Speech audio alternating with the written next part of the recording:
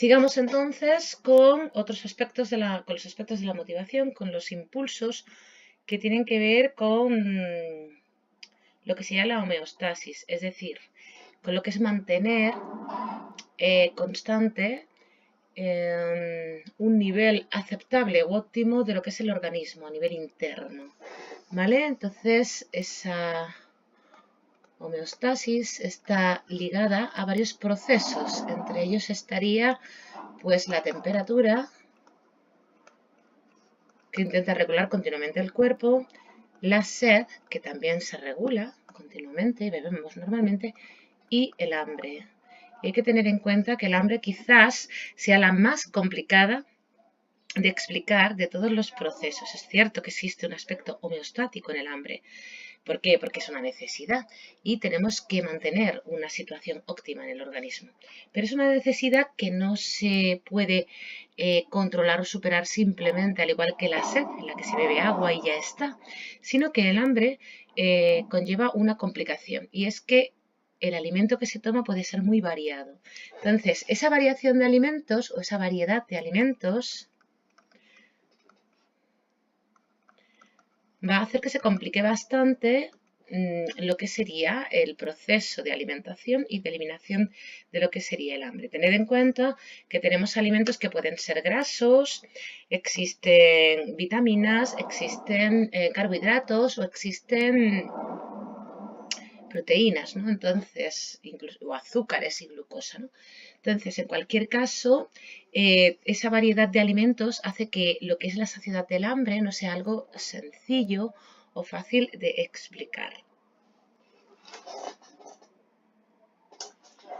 La cuestión sería, ¿qué es lo que hace que el ser humano pues tienda hacia lo que es dulce, ¿no? Le guste tanto un alimento dulce, mucho más que el alimento amargo. Esto puede tener que ver con aspectos evolutivos.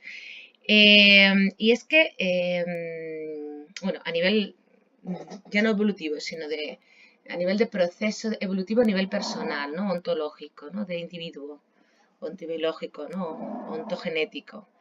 Tendríamos que plantearnos que los niños recién nacidos o los bebés suelen tener más gusto por lo dulce, ¿no? Suelen resultarles más agradable. Y yo digo igual que a los individuos. Probablemente esté ligado al hecho de que las plantas con más azúcares solían ser plantas o bayas no venenosas, mientras que plantas que eran más agrias, ácidas o fuertes solían estar más ligadas a lo que sería plantas de tipo venenoso. Entonces, eso va a hacer, evidentemente, que tengamos cierto gusto a nivel adaptativo y evolutivo por lo dulce frente pues, a cosas más agrias, de otros sabores, ¿no? Más fuertes. Además de estar la parte genética de por qué nos gusta lo dulce o de que tengamos no sé, esa fijación, ¿no? Con los alimentos más dulces que nos atraigan, incluso puedan convertirnos en obesos. Esto lo ha aprendido muy bien la comida basura, que tiene bastantes azúcares, para atraernos mucho más. Aparte de ese componente, digamos, evolutivo, también hay un componente social en la ingesta, ¿vale? Y estaría ligado quizás a alimentos que en un principio no nos gustan, pero que por cuestiones sociales pues solemos tomar, como por ejemplo el alcohol. El alcohol en un principio no suele estar bueno. Una cerveza no nos gusta la primera vez que la probamos. Sin embargo, a medida que vamos tomándolo, pues notamos una cierta recompensa y eso hace que nos vaya gustando un alimento que en un principio pues no nos gustaba demasiado. ¿Mm?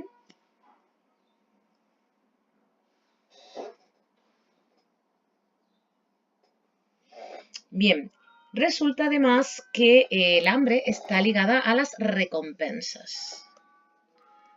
A las recompensas y a los incentivos que podamos tener. Es decir, es cierto que hay que mantener un estado óptimo interno y que, bueno, por eso hay que comer, pero no es menos cierto que es necesario que haya un incentivo y que nos guste aquello que comemos, o sea, que sea agradable.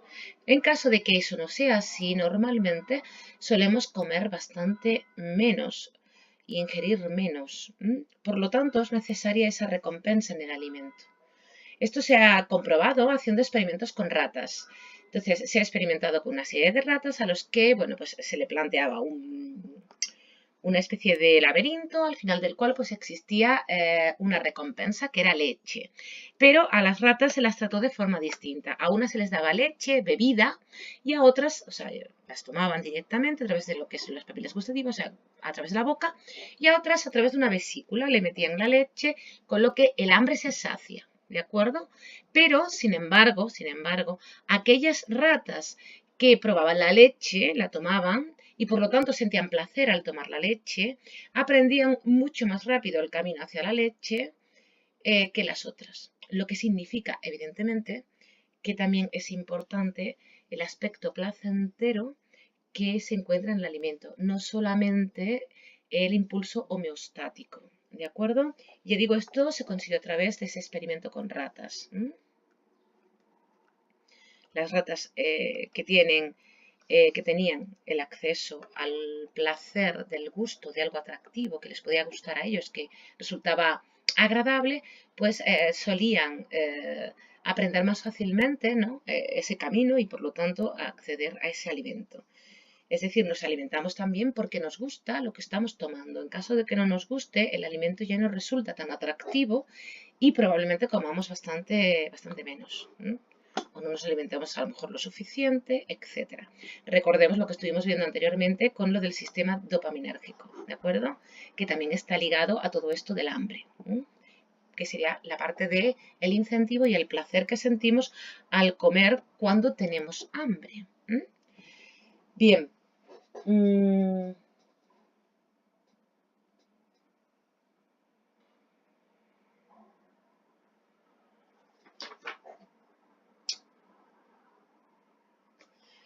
El hambre que sentimos, o cuando sentimos hambre, normalmente sentimos gruñidos en las tripas, ¿no? Y bueno, pues hasta ahora se pensaba que ese gruñido era la base de ese hambre, pero no, se ha descubierto que esto no es así.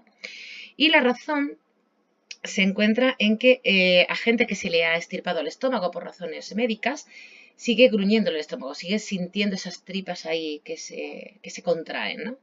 Lo que significa que no está ligado directamente al estómago, sino a unos receptores bioquímicos, que serían aquellos que de alguna manera avisan al cerebro de la falta de glucosa. Lo que nos indica que hay hambre son dos cosas. Una, sería el hecho de la parte del estómago que nos indica que falta glucosa, y otra sería el hígado, que también es el encargado de procesar cualquier alimento y sacar de ese alimento la glucosa necesaria para el cerebro. El hambre evidentemente también está ligada a aspectos cerebrales, no solamente a lo que sería el hígado y el estómago, sino también al cerebro, ¿vale? Entonces tenemos a receptores bioquímicos del estómago, ¿vale? Y también hemos dicho el hígado. Pero también está ligada a un aspecto del cerebro que sería el hipotálamo, o a una parte del cerebro que es el hipotálamo.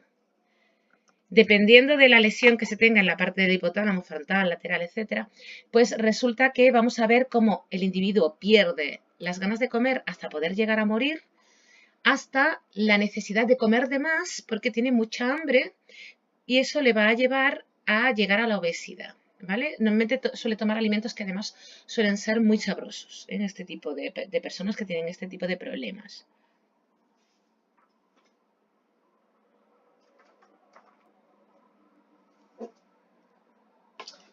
Bien, vamos a ver ahora dos problemas fundamentales relacionados con lo que sería este proceso, que es el hambre, y uno de ellos es la obesidad. La obesidad que, como sabéis, es un problema grave hoy en día, que afecta bastante a la población, y mucha gente además ve mal esa obesidad porque la liga o la relaciona con falta de voluntad por parte de la persona obesa.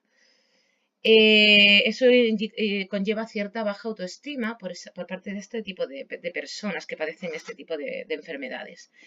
Sin embargo, la obesidad no solamente es una cuestión de control de alimentación, y por tanto de voluntad, sino que también puede tener un componente genético. Se sabe que es muy probable que los hijos de padres obesos puedan llegar a tener obesidad y que el porcentaje también es mayor en aquellos hijos donde uno de los componentes de la pareja sea obeso.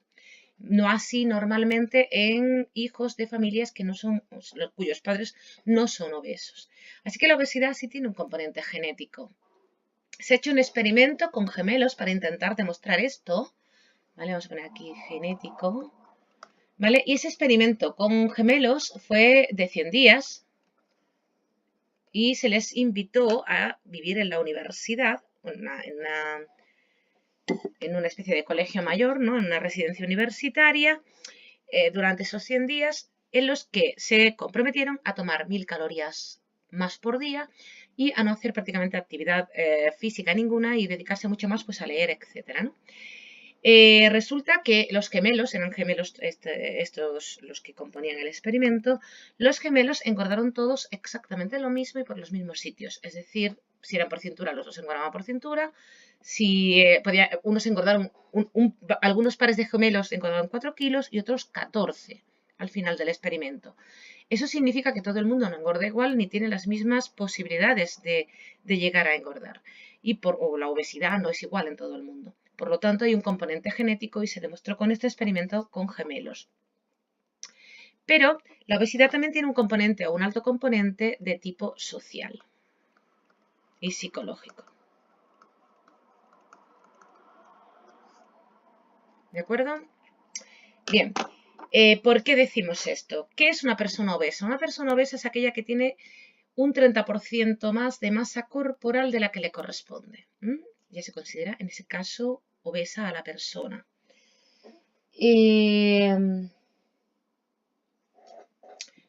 Esto normalmente estaría ligado, en este caso, en el caso del fenómeno social y psicológico, estaría ligado a una ingesta excesiva.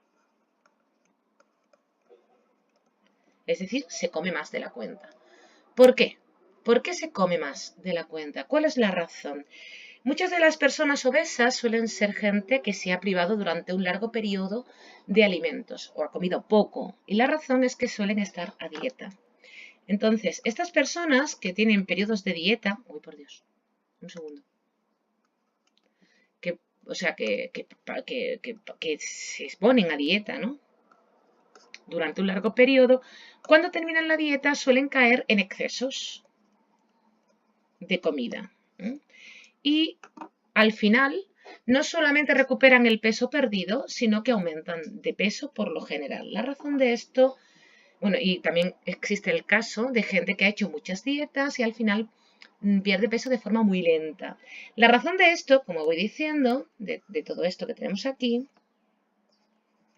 se debe a dos factores fundamentales. Una sería, y las dos son evolutivas, son factores de tipo evolutivo o tienen que ver con la evolución. Y serían, por un lado, cuando el individuo pasa periodos largos sin comer, cosa que no era tan extraño en nuestros primeros momentos, en los primeros momentos en que aparece la raza, bueno, la especie humana, que no era tan extraño, pues evidentemente en el momento que aparecía comida delante, pues el individuo comía además. Es decir, es una manera de proteger la posibilidad de supervivencia. Si no hay alimentos durante un periodo de tiempo largo, en el momento que aparece más cantidad, el individuo toma mayor ingesta para ir de alguna manera acumulando energía y calorías para el momento en el que llegue la privación.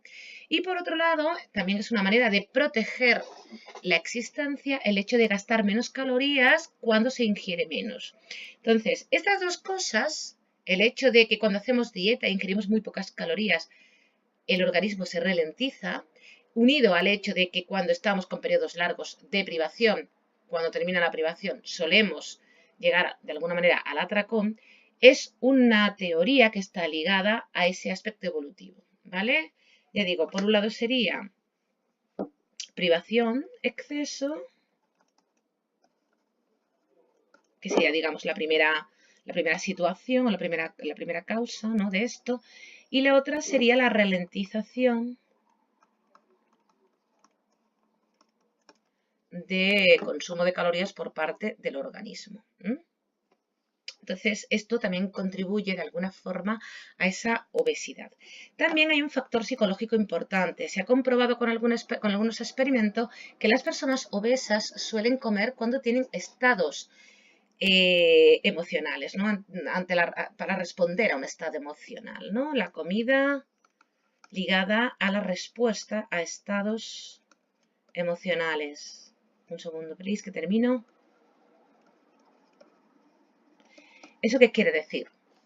Se ha hecho un experimento con personas obesas y no obesas, a las que se le ha colocado delante de la televisión y se les ha puesto diferentes tipos de películas, ¿no? Películas divertidas, una película angustiosa o agobiante, una película de aventuras y luego, por ejemplo, pues una película, un documental, ¿no? Aburrido.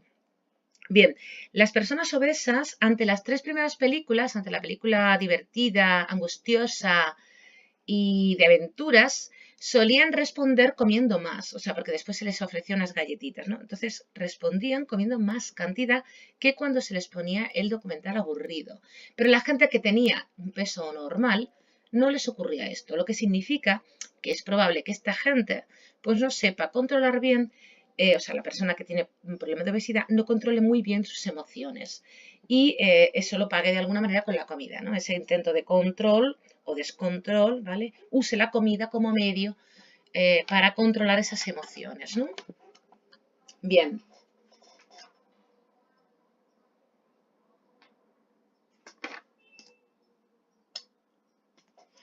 Vamos a ver, ¿qué más cosas interesantes? Vamos a hablar también de lo que sería el control de peso. Se han hecho también experimentos de control de peso para ver cómo se puede de alguna manera controlar ese elemento, ¿no? Controlar el peso. Esos experimentos de control de peso, a los que se le ha hecho un seguimiento durante pues, un año o más, se han hecho con un grupo de control y evidentemente, como sabéis, el grupo de control no percibe ningún tipo de dieta ni nada, y luego al grupo con el que se va a experimentar, ¿vale?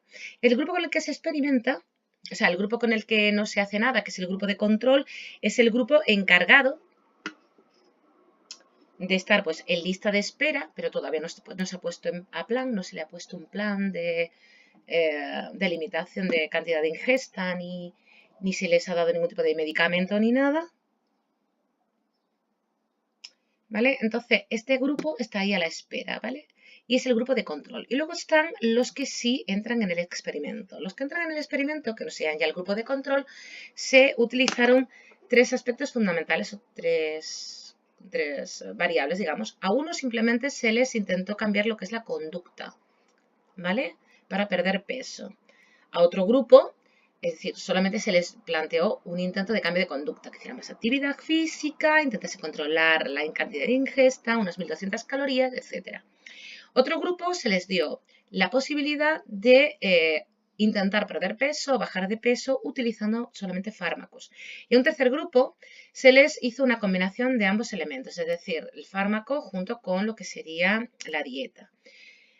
Perdieron más peso en principio los que utilizaban los fármacos, pero una vez que terminó el tratamiento, los que consiguieron mantener más tiempo el peso fueron precisamente aquellos que no habían tomado ningún tipo de fármaco, es decir, solamente se habían basado en lo que era su propio esfuerzo y trabajo, bueno, en su cambio conductual, vamos. Y esto se debe, en parte, o la explicación que se busca, es que esta gente probablemente pues achacara más a su propia voluntad y a a su mayor autoestima, ¿no? O sea, creciera su autoestima porque pensaban que tenían más capacidad para controlar ese peso y por lo tanto, por eso mantenían más tiempo lo que era el peso al que habían conseguido llegar, ¿no? Que los otros, que achacaban ese cambio en parte o completamente a los fármacos.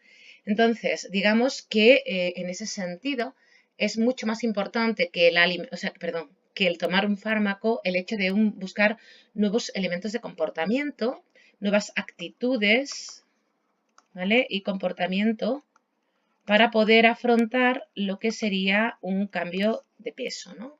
Y por lo tanto controlar la obesidad, mucho más que los fármacos. Y yo digo, esto se hizo a través de un experimento, ¿eh? Con un grupo de control. Bueno, pues ya lo único que nos queda, aparte de la obesidad, que es una enfermedad, ya digo, bastante preocupante en nuestra sociedad actual, son otro tipo de enfermedades como sería la anorexia y la bulimia.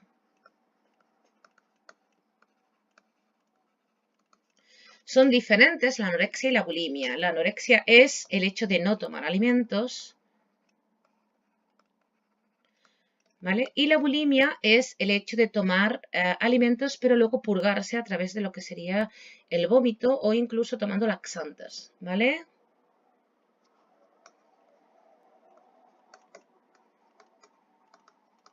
¿De acuerdo?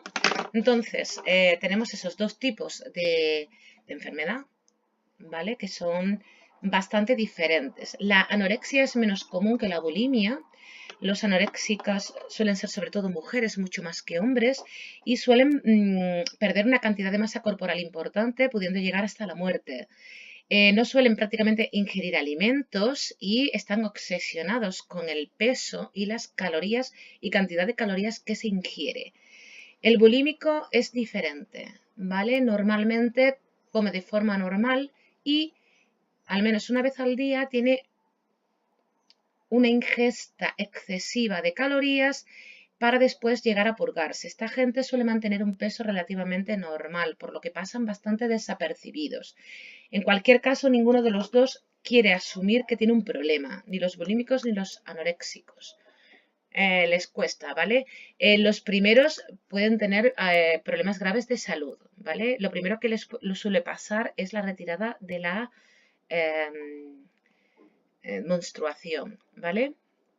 En cuanto a los bulímicos, pues pueden tener problemas graves de falta de potasio por el hecho de vomitar, ¿no? Y que eso le hace que le falte pues ese elemento, ¿no? Bueno,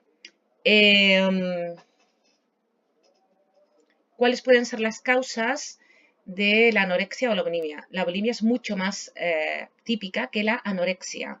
La anorexia es, sobre todo se da en clases más altas, pero la bulimia se suele dar en las clases medias, pobres y altas, no tiene un término concreto, es bastante típico. La anorexia se da en gente muy joven, mientras que la bulimia, 13 años más o menos, la bulimia se suele dar en gente más mayor, incluso universitaria.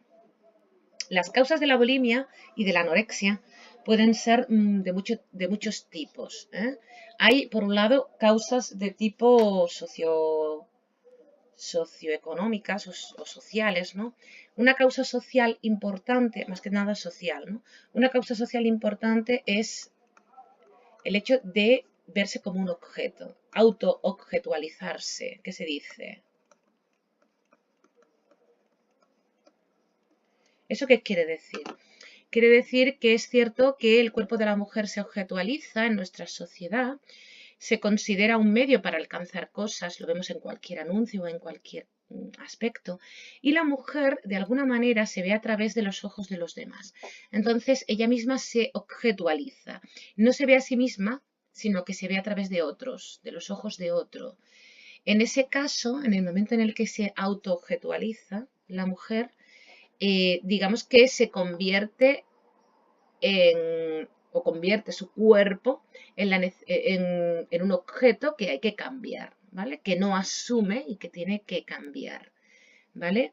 No lo trata como parte de sí mismo, sino que se distancia de ese cuerpo, como si no fuese parte de su propio ser, ¿no? Como si no mostrase quién es, ¿vale? Porque no se siente identificado o identificada con el cuerpo. Esto es más típico, ya digo, de mujeres que de hombres, en este tipo de enfermedades. Aparte de un problema de tipo social, que sería este, ¿vale? Que serían las causas sociales, pueden existir causas de tipo genético, digamos, ¿no? Y es que, por lo visto, hay problemas en el hipotálamo, en las mujeres que suelen padecer anorexia y también es sabido que en las mujeres que padecen bulimia hay una menor cantidad de serotonina o se produce una menor cantidad de serotonina en su cerebro y que quizás eso pues pueda afectar de alguna manera al hecho de padecer la bulimia, ¿no? Aparte de ese elemento genético y social, también existe un elemento familiar importante y suele ser que las chicas que suelen padecer esta enfermedad suelen vivir en familias que son muy controladoras. Es decir, no se pueden mostrar las emociones y como no se gestionan bien las emociones en esas familias y se genera una baja autoestima, pues esas personas al final suelen intentar o bien llamar la atención de los padres no comiendo, que es una opción, es decir, quiéreme, atiéndeme, no controles tanto las emociones y acércate a mí, ¿no? O bien el problema es una baja autoestima, en plan de no sirvo, no valgo, no soy suficiente, esperan mucho de mí y no lo soy. Y esa baja autoestima también pues lo pagan de alguna manera con lo que sería, en este caso, la bulimia, por ejemplo, ¿no? No gestionan bien esas emociones y cada vez que se sienten deprimidos o tienen un problema entre manos que no saben gestionar, es una emoción que no saben gestionar, suelen darse un atracón y a continuación pues vomitar o bien utilizar laxantes. Es como una forma de intentar expulsar el problema, no sé, ¿vale? Que puedan encontrar. Y bueno, básicamente pues hasta aquí lo que sería el hambre, nos queda solamente la parte de la sexualidad en relación con lo que sería la motivación, pero se lo dejamos para el próximo vídeo. Espero que lo hayáis entendido. En caso de que tengáis cualquier duda, pues no tenéis más que preguntar en clase.